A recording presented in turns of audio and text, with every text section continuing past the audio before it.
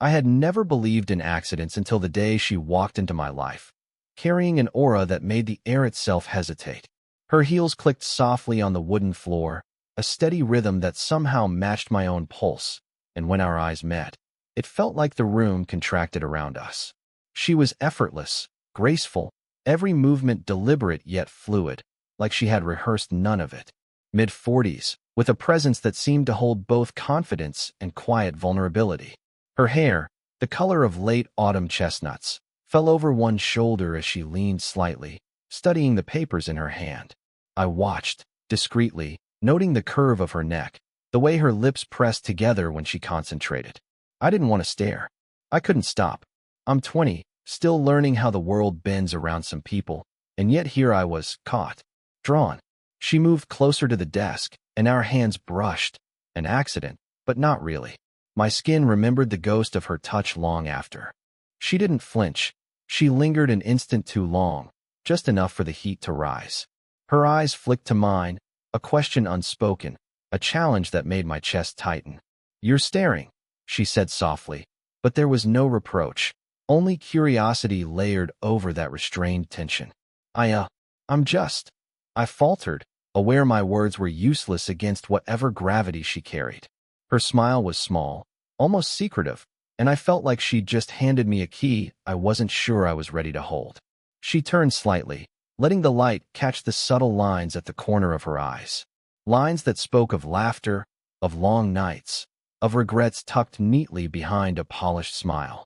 And still, she radiated warmth that made every nerve in me buzz. The air between us was thick, not with words, but with anticipation. I noticed the faint scent of her perfume, soft jasmine, and something darker, a trace of something untamed. My fingers brushed against the edge of the desk, close enough to almost touch hers again. Every subtle movement she made pulled me in, a gravity I didn't know I could resist. "I don't think this." Her voice faltered, just slightly, and I caught it. A crack in her confidence. A hint of the longing she didn't dare speak aloud. "Then why does it feel so right?" I whispered, not sure if I was answering her unspoken words or confessing my own. She froze, the tiniest tremor in her hand betraying the calm she tried to project. Our proximity suddenly felt dangerous, like standing on the edge of a precipice and daring gravity to notice.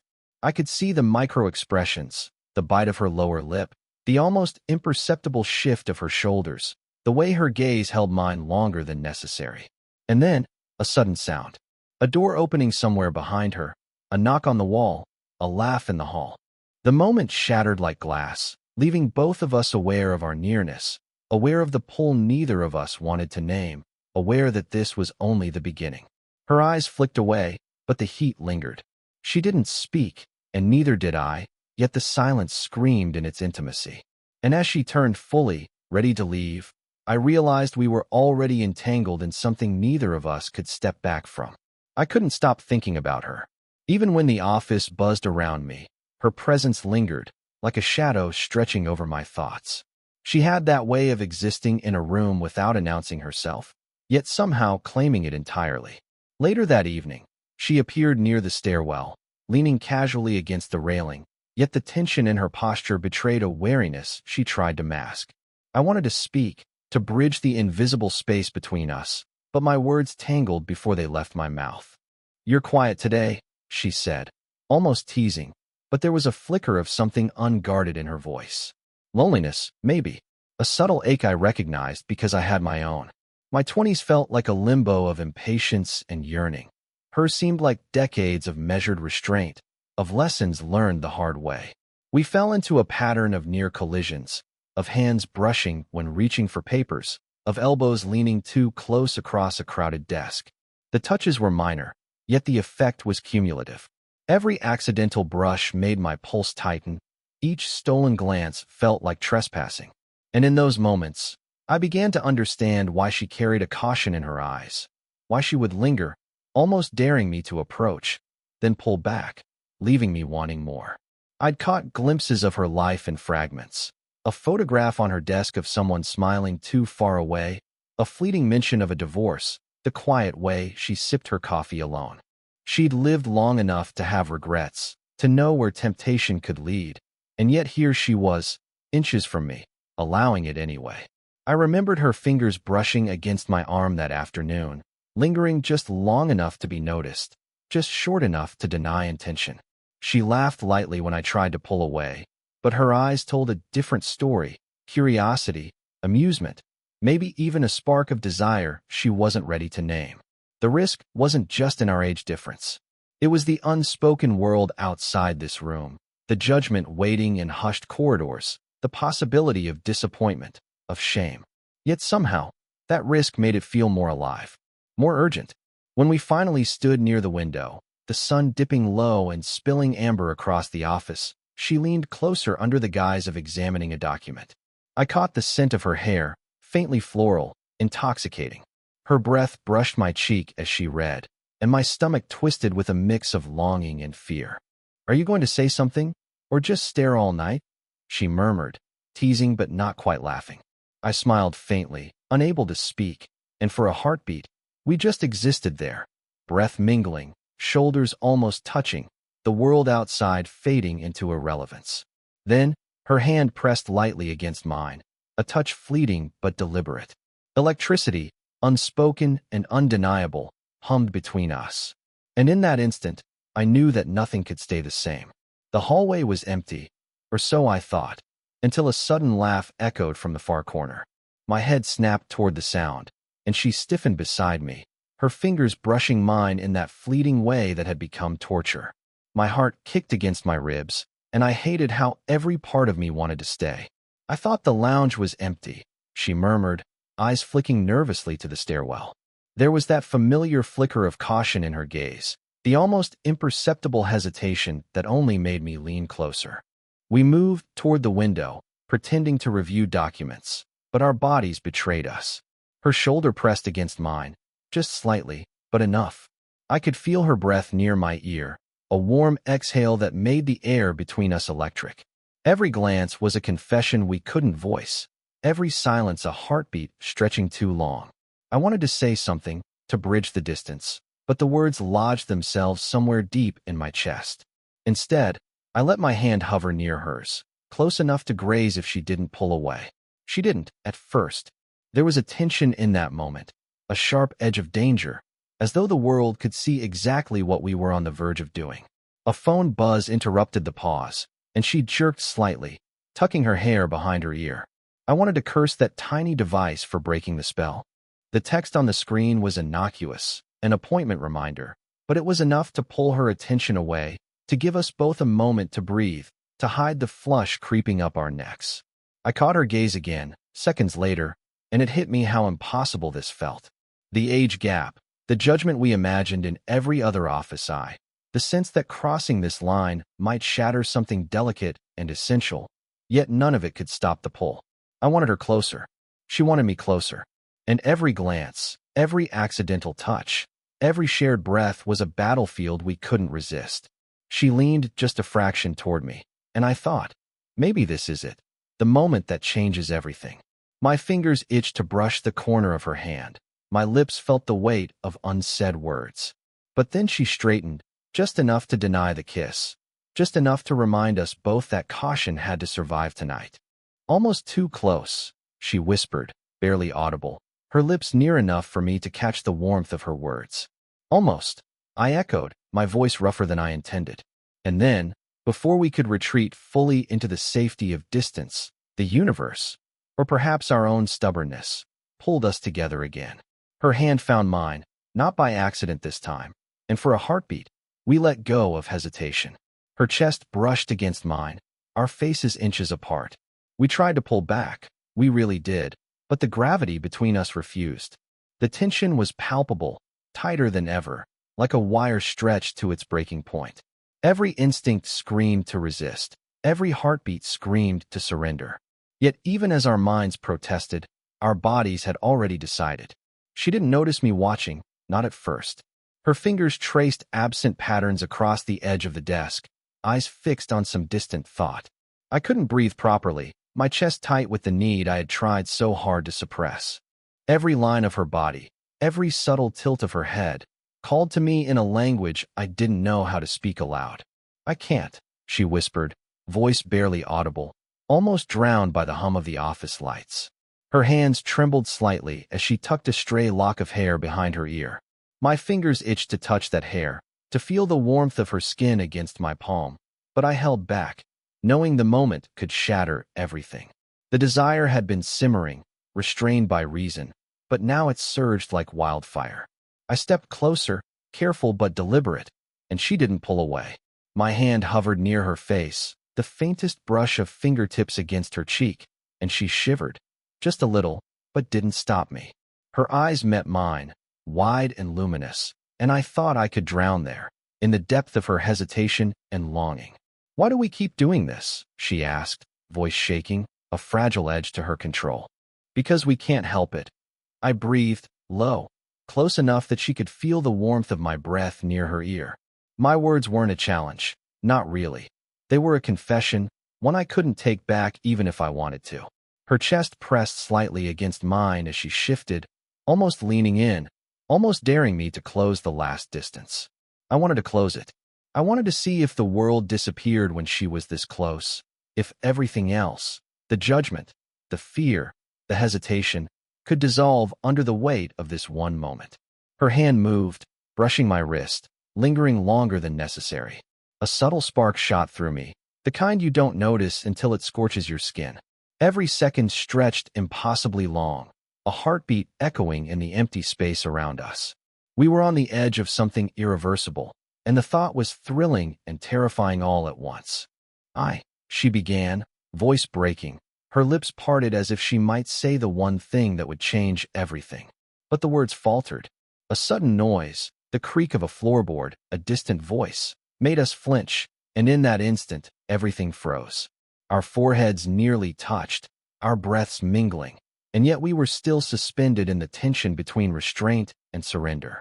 I could feel the pulse at her temple, the faint brush of her hair against my lips, the warmth radiating through her body pressed so close to mine. The air was thick, electric, almost unbearable. And then she whispered, closer than ever, words that sent a jolt straight through me. Maybe we shouldn't. But even as she spoke, her eyes didn't leave mine, and I knew with a certainty that scared me, that we both already had. The world held its breath with us. And then, I thought we had found a rhythm in the chaos, small touches, stolen glances, the tension we both skirted like a dangerous game. And then she said something that made the floor shift beneath me. "I've never felt like this before," she admitted, voice low, trembling just slightly. Her hand lingered near mine, brushing against my wrist as if testing boundaries she wasn't ready to name. My chest tightened, my pulse thrummed like a drum I couldn't quiet. "Neither have I confessed, letting my words escape before hesitation could claim them. The office felt impossibly small, walls closing in as the air between us thickened with unspoken truths. Her eyes glimmered with a mix of fear and desire, like she had glimpsed something she wasn't sure she should chase. And then, just like that, a shadow of realization crossed her face. You don't know what I'm supposed to be doing, do you?" Her words landed like a weight. I froze, unsure if it was warning or temptation. The energy between us shifted. What had felt inevitable now teetered on the edge of dangerous. My hands itched to reach for her, but instead I let the tension speak.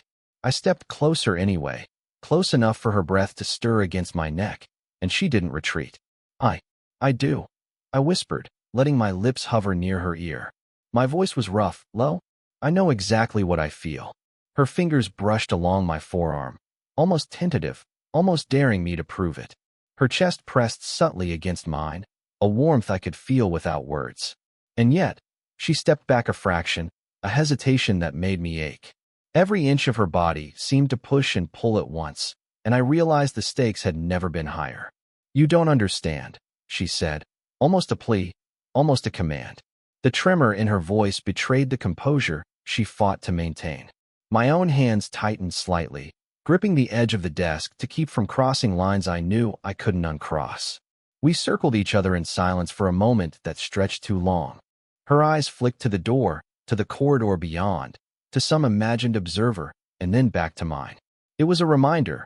What we had, what we wanted, was not safe. Not ever. And yet, despite the fear, The hesitation, the whispered warnings echoing in both our heads, the pull remained irresistible. I could feel her warmth, her heartbeat under my fingers, the electric tension in the small space between us. The danger only made the desire sharper, more urgent. Finally, she exhaled sharply, almost a surrender. Maybe we just can't stop ourselves anymore. Her words hung between us like a challenge, a promise, and a threat. I wanted to reach for her, to erase every line of caution with one bold move. And I knew, as our bodies lingered closer than they should, that the moment of decision had arrived. We were at the edge. All that remained was the leap. We stood in the quiet office, the hum of fluorescent lights and distant traffic fading into nothing. Her eyes searched mine, wide and unguarded, and I felt like I could drown in their depth. Our bodies hovered inches apart, too close to be comfortable, too close to step back without losing something vital. "I can't," she whispered, voice trembling, fragile yet defiant. Her hand hovered near mine, as if asking permission without words. "Then we do," I replied softly, letting my fingers brush against hers, letting her feel the certainty in my touch. The air between us thickened with every breath, every heartbeat, every subtle shift. She didn't pull away. Instead, her chest pressed a fraction closer, her hair brushing my neck, and suddenly I realized there was no going back. All the hesitation, the fear of judgment, the silent warnings, none of it mattered.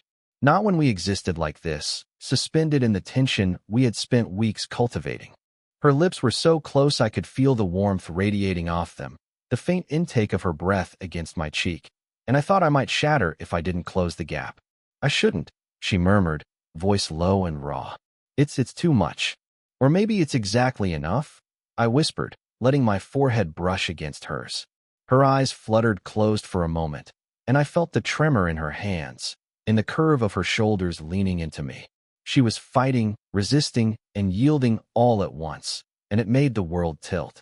Our fingers intertwined almost naturally, a silent truce between caution and desire. I let my thumb trace the back of her hand, memorizing the weight of her, the warmth, the subtle tension of muscles that refused to let go. Every small contact screamed the truth. We were here, we were present, and nothing could erase what we had discovered about each other. She exhaled slowly, a sigh that carried everything she couldn't say. "I've never," her voice broke, "felt this scene before." "You're not alone," I breathed, leaning just enough that our lips nearly touched. "Not anymore." The silence that followed was heavy and electric. Every instinct, every thought, every piece of reason was drowned out by the simple fact that we were here, together, choosing each other despite the risks, despite the fear. And then, finally, fully, without hesitation, she let go of the last fragment of restraint. Our foreheads pressed together, our breaths mingling, and in that moment, everything made sense. The longing, the tension, the weeks of unspoken words and stolen glances, all of it had led here. We didn't need words anymore. The air between us pulsed with clarity. We understood each other fully. Our flaws, our desires, our caution, and our surrender. And for the first time, it felt like choosing each other, in all our messy, human imperfection, was the only choice that had ever made sense. The office was quiet now, the chaos of the day long gone, leaving just the two of us in the amber glow of late afternoon. Our hands remained intertwined, fingers curled together in a grip that felt like both reassurance and claim. Neither of us spoke at first. We didn't need to. The weight of everything unsaid had finally found its peace in the warmth of shared presence. She leaned into me, resting her head lightly against my shoulder, and I felt the subtle rise and fall of her breath. The tension that had gripped us for weeks melted into something tender, human, and undeniably real. I could feel the softness of her hair brushing my neck, the faint scent of her perfume lingering in the space between us, and it felt like we had created a world that belonged only to ourselves. "I was so scared," she admitted, her voice a quiet murmur against my chest. "I know," I whispered, tilting my head so she could see me. "But we made it. We're here." Her lips curved into a small, almost shy smile. She lifted her hand to my cheek, letting her fingers brush against my skin as if confirming that I was truly here, that I wasn't just a fleeting thought or passing desire. I leaned into the touch, closing the last inches between us and letting the warmth of her palm anchor me. We stayed like that for a long moment, simply existing, until she pulled back just enough to meet my gaze. Her eyes were soft, yet alive with something I had never seen before. Confidence tempered with vulnerability, desire balanced by the calm that comes from finally being understood. "I never thought," she began, but then paused, shaking her head with a gentle laugh. "I never thought I'd feel this scene again." "You are," I said simply. "Completely. And I want to be here, every step." A quiet laugh escaped her, and she leaned in again, pressing her forehead to mine. The gesture was intimate and grounding, a silent promise that words could never fully capture. I responded by wrapping an arm around her, drawing her closer until there was no space left between us. For the first time in a long while, the age gap, the judgment, the hesitation, it all faded into irrelevance. What remained was warmth, connection, and a choice made freely, together. The air hummed with shared understanding, the kind that doesn't require explanations or apologies. We stayed there, side by side, hands intertwined, sharing the kind of silence that was rich with meaning. The office no longer felt like an obstacle. It felt like a sanctuary we had carved out together, a space where our flawed, human selves could exist fully and without fear. And as the sun dipped lower, casting long shadows across the floor, I realized that this was only the beginning. But for now, we were here, together, fully and undeniably. Did you enjoy the story? What kind of stories would you like to hear next?